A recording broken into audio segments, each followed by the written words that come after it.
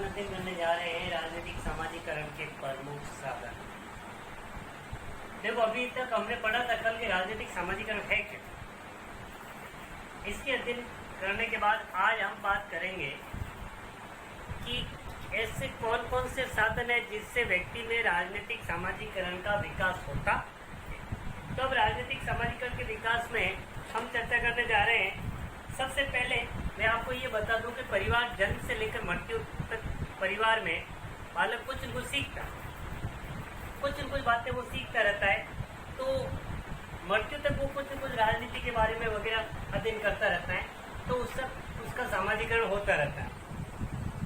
तो इस प्रकार से सामाजिकरण के ऊपर चर्चा करते हुए सबसे पहले अपन बात करते हैं परिवार। देखो, परिवार को कहा गया है बालक की पहली पाठशाला, और माँ होती है बालक का पहला शिक्षक, जहाँ से बच्चा कुछ न कुछ सीखता है। यहाँ पर बालक है रीति रिवाज सीखता है, परंपराओं को सीखता है, माता पिता की आज्ञा को स्वीकार करना सीखता है, तथा घर में प्रमुख सदस्य है उनकी सत्ता को स्वीकार करता है, उनकी आज्ञा का पालन करता है और सहयोग सीखता है, सहयोग से कार्य करना सीखता है। और ये भी सीखता है कि अपना कार्य मनवाने के लिए किस प्रकार से दबाव डाला जाए ताकि उनका कार्य हो जाए। तो मतलब ये सारी चीजें सीख कर वो धीरे धीरे अपना सामाजिकरण करता है और आगे उन्हीं सामाजिकरण के द्वारा वो राजनीति में भी इस प्रकार की स्थिति को वो अपना लेता है। चुनावी अनुभव भी बताते हैं कि राजनीतिक दल का जो परिवार समर्थक होता, बच्चे भी उसी दल का समर्थन करते हैं। और इस प्रकार राजनीति के प्रति प्रारंभिक सीख है जो बालक को परिवार से प्राप्त हो जाती है। फिर दूसरा आपके शिक्षण संस्थाएं।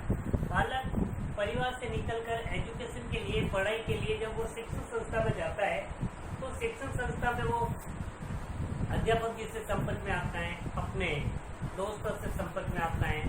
तो उनसे भी हर एक अध्यापक की राजनीति के प्रति, राजनीतिक पार्टी के प्रति अलग अलग विचारधाराएं होती है, वो वहां से सीखता है। और सीख कर बालक है जो मतलब अपने मन में इस प्रकार के भाव राजनीति के प्रति पैदा कर लेता है। और यहाँ पर बालक वास्तव में अपनी मित्र मंडली जैसी बालक की होगी, मित्र मंडली का जिस पार्टी के साथ ज्यादा सपोर्ट होगा बालक उसी पार्टी का सपोर्ट करने में लगता है। और ये सामाजिकरण को प्रभावित तो करते ही, साथ ही साथ राजनीतिक सामाजिकरण भी करता है। साथ ही शिक्षक की जो विचारधारा है उस विचारधारा का भी बालक के जीवन में काफी प्रभाव पड़ता है, असर डालती है। और उस विचारधारा के अनुसार बालक है जो अपना राजनीतिक सामाजिकरण करना सीखता है। उसके बाद है तीसरा अपना बिंदु है राजनीतिक दल। राजनीतिक दल क्या है कि हर एक राजनीतिक दल की अपनी अपनी अलग अलग नीतियाँ होती है, अलग अलग विचारधाराएं होती है, अलग अलग नियम होते हैं। तो अलग अलग कार्यक्रम होते हैं, उन कार्यक्रमों के माध्यम से सामाजिकरण किया जाता है। जैसे लोकतांत्रिक देशों में लोकतंत्र पद्धति है और साम्यवादी देशों में सर्वाधिकार पद्धति है। तो इस प्रकार अलग अलग राजनीतिक दलों की इन दोनों क्षेत्रों में अलग अलग भूमिका होती है।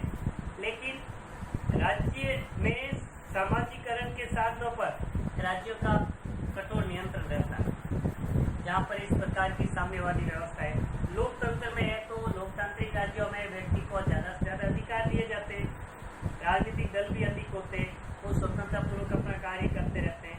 इस प्रकार से लोकतांत्रिक प्रणाली के अंदर है जो व्यक्ति स्वतंत्र होता है अपना सामाजिकरण करने में। फिर राष्ट्रीय प्रतीक है, वो भी राजनीतिक सामाजिकरण करते हैं।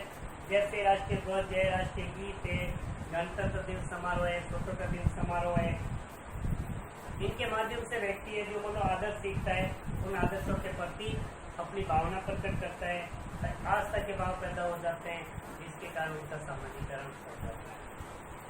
फिर अंतिम बिंदु है जनसंचार के साधन। जनसंचार के साधनों में आप रेडियो है, समाचार पत्र है, टीवी है ना, अन्य टेलीविजन है, इनके माध्यम से व्यक्ति है जो कुछ राजनीति के बारे में सीखता रहता है और उसका राजनीतिक सामाजिकरण होता है। तो इस प्रकार से आज हमने अध्ययन किया था राजनीतिक सामाजिकरण के प्रमुख साधनों के ऊपर। ये 5 प्रमुख साधन है, इनके प्रश्न अक्सर पूछे जाते हैं। तो आज का अपना प्रश्न है यहाँ पर राजनीतिक सामाजिकरण के प्रमुख साधन कौन कौन से हैं? संक्षिप्त वर्णन कीजिए। कल हम अध्ययन करेंगे, अगला अपना मुख्य बिंदु है राजनीतिक संस्कृति के ऊपर। ये प्रश्न अवश्य करें। थैंक यू, धन्यवाद।